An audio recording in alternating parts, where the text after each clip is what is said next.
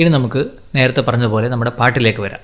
നമ്മൾ പാട്ടിലേക്ക് വരാനായിട്ട് ഒന്നുകൂടി ഞാൻ എൻ്റെ ആ ക്ലിപ്പ് ഞാൻ ഇവിടെ 1 എന്ന് പറഞ്ഞ പോയിന്റിലേക്ക് കൊണ്ടുവന്നിട്ടുണ്ട്. നമ്മളിനി ചെയ്യാൻ പോകുന്നത് നമ്മുടെ പാട്ട് റെക്കോർഡ് ചെയ്യാൻ പോവുകയാണ്. അതിനുവേണ്ടി നമ്മൾ ദഫ് ഓൾറെഡി നമ്മളിതിലേക്ക് ഇമ്പോർട്ട് ചെയ്ത് കഴിഞ്ഞു.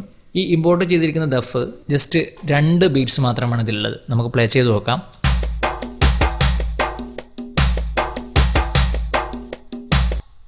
ഇത്ര മാത്രമാണ് നമ്മുടെ ദഫ് ഇവിടെ ഉള്ളത്. നമുക്കിത് ഒരുപാട് നേരത്തേക്ക് നമ്മുടെ പാട്ട് തീരുന്നത് വരെ ദഫ് കിട്ടണം. അതിന് വേണ്ടിയിട്ട് നമുക്ക് ദഫ് കോപ്പി ചെയ്ത് ലെങ്ത് കൂട്ടേണ്ടതുണ്ട്. അതിന് വേണ്ടിയിട്ട് നമ്മൾ ചെയ്യുന്നത് നമ്മുടെ ഈ ദഫിൻ്റെ പോർഷനിൽ നമ്മൾ പ്രത്യേക ഭാഗത്ത് നമുക്ക് ഇങ്ങനെ സൂം ചെയ്യണം.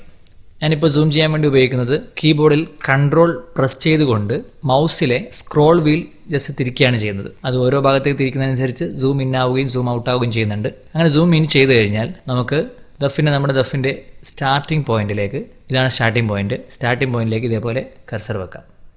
ഏകദേശം ഇത്രയും സൂം ചെയ്തിട്ട് നമുക്കിതിനെ ഇങ്ങനെ പുറത്തേക്ക് സെലക്ട് ചെയ്യാം.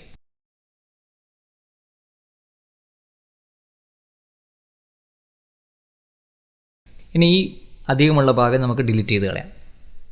ഇപ്പോൾ ദഫിൻ്റെ സ്റ്റാർട്ടിങ്ങിൽ ഉണ്ടായിരുന്ന, ദഫ് തുടങ്ങുന്നതിൻ്റെ ഭാഗത്തുണ്ടായിരുന്ന അധികമുള്ള ഭാഗം നമ്മൾ ഡിലീറ്റ് ചെയ്ത് കളഞ്ഞു. നമുക്ക് പ്ലേ ചെയ്ത് നോക്കാം. അപ്പോൾ വളരെ കറക്റ്റ് പോയിന്റിൽ സ്റ്റാർട്ട് ചെയ്യുന്നത് കാണാം.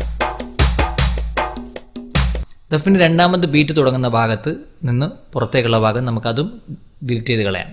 അതിനുവേണ്ടി ഇവിടെ വെച്ച് പ്ലേ ചെയ്യാം.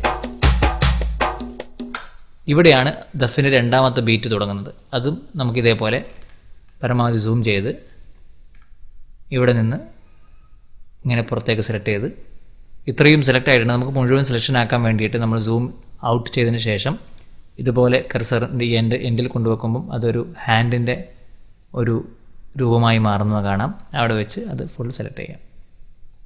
ഇനി ഈ ഭാഗവും നമുക്കിതേപോലെ നേരത്തെ ചെയ്ത പോലെ ഡിലീറ്റ് ചെയ്ത് കളയാം. ഇപ്പോൾ ദഫ് വളരെ കൃത്യമായ ഒരു കറക്റ്റ് ബീറ്റായി മാറിയിട്ടുണ്ടാകും. ഇത്രയും ചെയ്ത് കഴിഞ്ഞപ്പോൾ നമ്മുടെ ഒരു ദഫ് കറക്റ്റ് ഒരു പീസ്, ഒരു ബീറ്റ് നമുക്കിവിടെ ലഭിച്ചു കഴിഞ്ഞു. ഇനി ഇതിൻ്റെ ഈ ദഫുകൾ നമ്മൾ ഒരുപാട് ഡ്യൂപ്ലിക്കേറ്റുകൾ എടുത്ത് വലിയ ലെങ്ത്തുള്ള ദഫാക്കി മാറ്റണം. അതിന് വേണ്ടി ഈ ക്ലിപ്പിൽ നമുക്ക് ഇങ്ങനെ ഡബിൾ ക്ലിക്ക് ചെയ്യാം. ഇപ്പോൾ ഈ ഭാഗം സെലക്റ്റഡ് ആയിട്ടുണ്ട്. സെലക്ട് ചെയ്തതിന് ശേഷം എഫക്റ്റിൽ റിപ്പീറ്റ് എന്ന് പറയുന്ന ഈ ഒരു ഓപ്ഷൻ ക്ലിക്ക് ചെയ്യുന്നു. എഫക്റ്റിൽ റിപ്പീറ്റ് എന്ന് പറയുന്ന ഓപ്ഷൻ ക്ലിക്ക് ചെയ്യുന്നു. അപ്പോൾ റിപ്പീറ്റിൻ്റെ വിൻഡോ വന്നിട്ടുണ്ട്. ഇതിൽ നമുക്ക് ആവശ്യമായത്ര റിപ്പീറ്റ്സ് ഇവിടെ കൊടുക്കാം. ഫോർ എക്സാമ്പിൾ ഞാൻ 222 എന്ന എണ്ണം കൊടുത്തിരിക്കുകയാണ്. 222 പ്രാവശ്യം ദഫ് റിപ്പീറ്റ് ചെയ്ത് വരുന്നതായിരിക്കും. അതിനുശേഷം നമ്മൾ ഓക്കെ അടിക്കുന്നു. ഓക്കെ അടിക്കുന്നതോടുകൂടി നമ്മൾ അവിടെ ചെയ്തിരിക്കുന്ന ദഫിൻ്റെ 222 റിപ്പീറ്റുകൾ വന്നു കഴിഞ്ഞു. ഇനി നമ്മളിവിടെ വെച്ച് പ്ലേ ചെയ്ത് കഴിഞ്ഞാൽ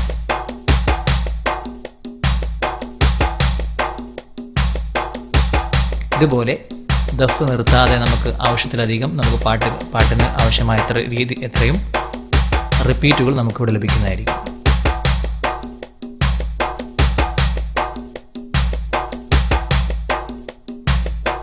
ഇതോടുകൂടി നമുക്ക് നമ്മുടെ പാട്ടിനാവശ്യമായ ദഫ് ക്രിയേറ്റ് ചെയ്യപ്പെട്ടു. ഇനി നമുക്ക് പാട്ട് എങ്ങനെ റെക്കോർഡ് ചെയ്യണമെന്നതിനെക്കുറിച്ച് പഠിക്കാം.